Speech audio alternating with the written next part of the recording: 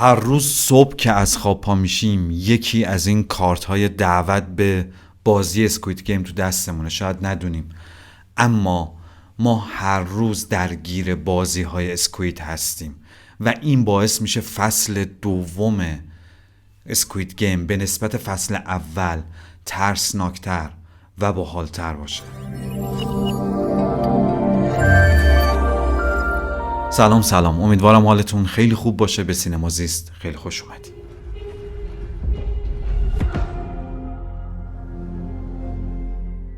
یه سری بازنده هستن که بهشون پیشنهاد داده میشه که توی یک بازی شرکت کنن و این بخت رو به خودشون بدن که زندگی پر از باخت خودشون رو تغییر بدن. اما ما میدونیم که اگه این بازی رو شرکت نکنن برندن. باخت از همون جایی که به دنبال برنده شدن توی این بازی میرن شروع میشه. مثل اینجا که این آقا که مأمور جذب شرکت کننده هاست به بی خانمان ها پیشنهاد میده بین نون و بلیت بخت آزمایی یکی رو انتخاب کنن و اکثرا بخت آزمایی رو انتخاب میکنن و به طمع یک پول بزرگتر همون نون رو هم از دست میدن. این بازی که این یارو راه میندازه خیلی شبیه به اون انتخابات بین ادامه دادن یا ندادن بازی ها هستش. همه اگر کنار بکشن یه پولی گیرشون میاد و تموم، اما چون پول بزرگتر رو به اونها میگن حداقل نصف آدم ها طرفدار ادامه دادن میشن. اونها که به X رای میدن مثل اونها هستن که نون رو انتخاب میکنن، به زنده موندن در لحظه بدون رقابت رای میدن. اونها که به O رای میدن در واقع شیفته رقابت و شانس و بخت آزمایی هستن. رقابت از کجا میاد؟ رقابت از بچگیمون میاد. فضای معمارانه این بازی ها و طراحی مسابقات مرگبار اسکوید کاملا این رو برجسته میکنه. به نوعی سریال داره میگه جهان همچنان پر از بچه هایی هست که رشد جسمی کردن اما رشد ذهنی و شخصیتی نه. خب این سریال داره به ما میگه که جهان بزرگسالان هم خیلی فرقی با جهان این بچه ها نداره. این جهان رو هم بچه هایی دارن میچرخونن که به جای اینکه بالش توی سر هم بزنن بمب اتم رو سر یک ملتی میریزن. معماری این فضا تا حدی الهام گرفته از این نقاشی ها هستن. نقاشی های اثر موریس اشر. این پلکان ها به لحاظ بصری گیج کننده هستن که تداعیگر حال شرکت کنندگان قبل از این که بدونن وارد چه بازی خواهند شد. همشون این سوال رو دارن که قراره چه جور بازی براشون رو بشه. همچنین این پلکان ها نمادیه برای عدم قطعیت و بی‌معنایی مسیرهایی که این شرکت کننده ها میرن. به هر حال نیمی از اونها این پله ها رو امیدوارانه بالا میرن و توی این بازی میمیرن. برنده ها هم وقتی دارن پایین میان چهره های گرفته ای از سهمگینی چیزی که توی بازی تجربه کردن دارن. موسیقی ها و بازی های شاد به نوعی رنگ و لعابی هستن که گردانندگان بازی که یه جای امن نشستن و دارن با این مرگ و میرها تفریح میکنن به این بازی های مرگبار دادن. نظام های اجتماعی همیشه به خودشون رنگ بیگناهی میگیرن، در حالی که با ساختن آرزو برای شهروندان به نوعی دارن اونها رو نابود میکنن. انگار سریال داره میگه جهان امروز همچنان همون جهان بازی های گلادیاتوریه و فرق چندانی نکرده. توی روم باستان اگر بازی های گلادیاتوری نمایشی بود برای قدرت امپراتوری و سرگرم کردن توده ها و ترویج خشونت سلحشوری، امروز این ماجرا حتی پیچیده تر هم شده. توی جهان امروز به انسان ها به چشم منابع اقتصادی نگاه میشه و ارزششون توی تولید یا مصرف خلاصه میشه. شرکت کننده های اسکوید گیم صرفاً با یک عدد شناخته میشن. یک شماره مثل شماره روی بلیت های بخت آزمایی که اتفاقاً اونجا هم 3 رقمی بود. اما این بخت آزمایی اینطوریه که با نابود شدن 455 نفر و برنده شدن فقط یک نفر هم یه جایزه چشمگیر به وجود میاد که شهوت رقابت رو توی همه تحریک میکنه و هم اختلاف رو اونچنان زیاد میکنه که خود طرف برنده میتونه یکی از همین سیستم ها راه بندازه و تبدیل به یکی از خودشون بشه، یعنی تبدیل بشه به یکی از گردانندگان این بازی. همون اتفاقی که دقیقاً برای 456 میفته.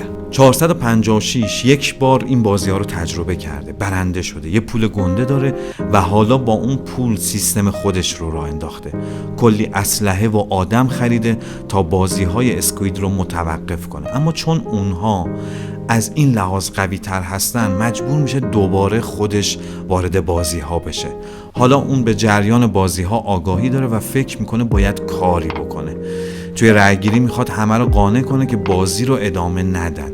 اینها بازی نیستن و پای مرگ و زندگی در میونه، اما کسی حرفش رو باور نمیکنه. شبیه به مثال غار افلاطون که اون یارو از بیرون غار میاد و میگه جهان این چیزی نیست که شما میبینید و هیچکی باور نمیکنه اصلاً بیرون از غار جهانی وجود داشته باشه.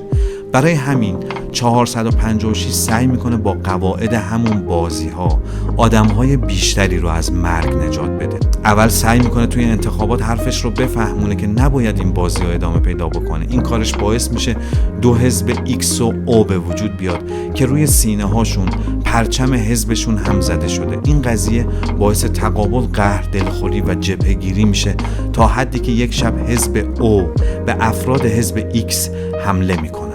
456 اتفاقا اجازه میده افراد زیادی کشته بشن تا اون بتونه به سربازها حمله کنه. جالب این که همه این کارهای 456 تنور این بازی رو گرمتر میکنه.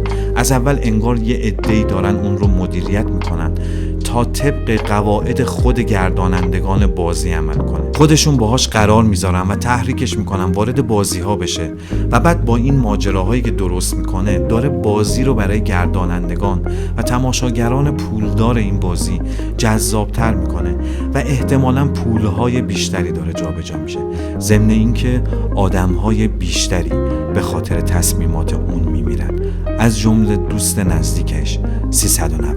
فصل دوم این سریال تقریبا همون مسیری رو میره که فیلم قطار یخشکن طی میکنه. اگر این روند توی فصل سوم هم ادامه داشته باشه 456 تبدیل به یکی از گردانندگان خود همین بازی میشه.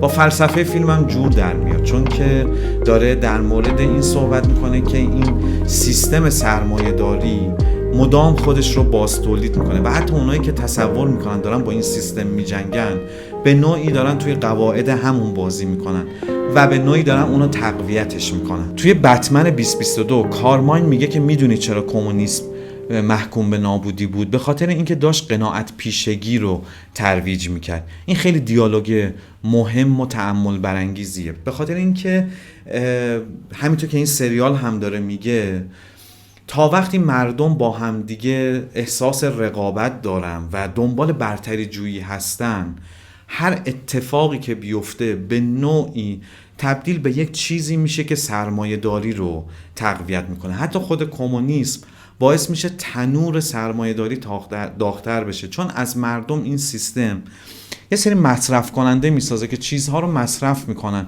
و تموم میشه و میره پی کارش و فقط سرمایه و سود به جا میگذاره.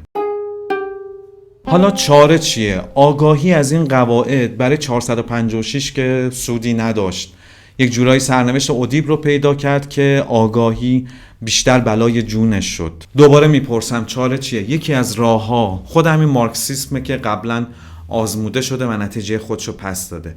راه دوم نیهیلیسم است، یک جور ناامیدی از این که این چرخه رو به هیچ عنوان نمیشه متوقف کرد و ما باید توی همین سیستم همین کار رو ادامه بدیم و هیچ فایده ای نداره. اما یک راه سوم هم هست که متعلق به اگزیستانسیالیست هاست که طرفدار مسئولیت پذیری فردی و ایجاد تغییرهای کوچیک توی حوزه فردی خودمون هستن. حتی اگر این تغییرات به کلی سیستم رو نابود نکنه، از نظر اونها باعث میشه که خرد خرد اتفاقهایی بیفته و سیستم از درون کم کم تغییر بکنه. به قول مولانا تو مگو همه به جنگند و به صلح من چه آید، تو یکی نهی هزاری تو چراغ خود برافروز. شما نظرتون چیه؟ کدوم راه؟ نظرتون در مورد اسکوید گیم چیه؟ فصل اول رو بیشتر دوست داشتین یا فصل دوم؟ به نظر من فصل دوم به مراتب قوی‌تر و عمیق‌تر بود، ولی شدیداً مشتاقم نظر شما رو هم بدونم. اگر از محتوای ویدیو خوشتون اومده لطفاً با لایک و سابسکرایب خودتون این شانس رو بهش بدید که توسط یوتیوب به افراد بیشتری نمایش داده بشه. خیلی ممنونم. تا ویدیوهای بعد، خداحافظ.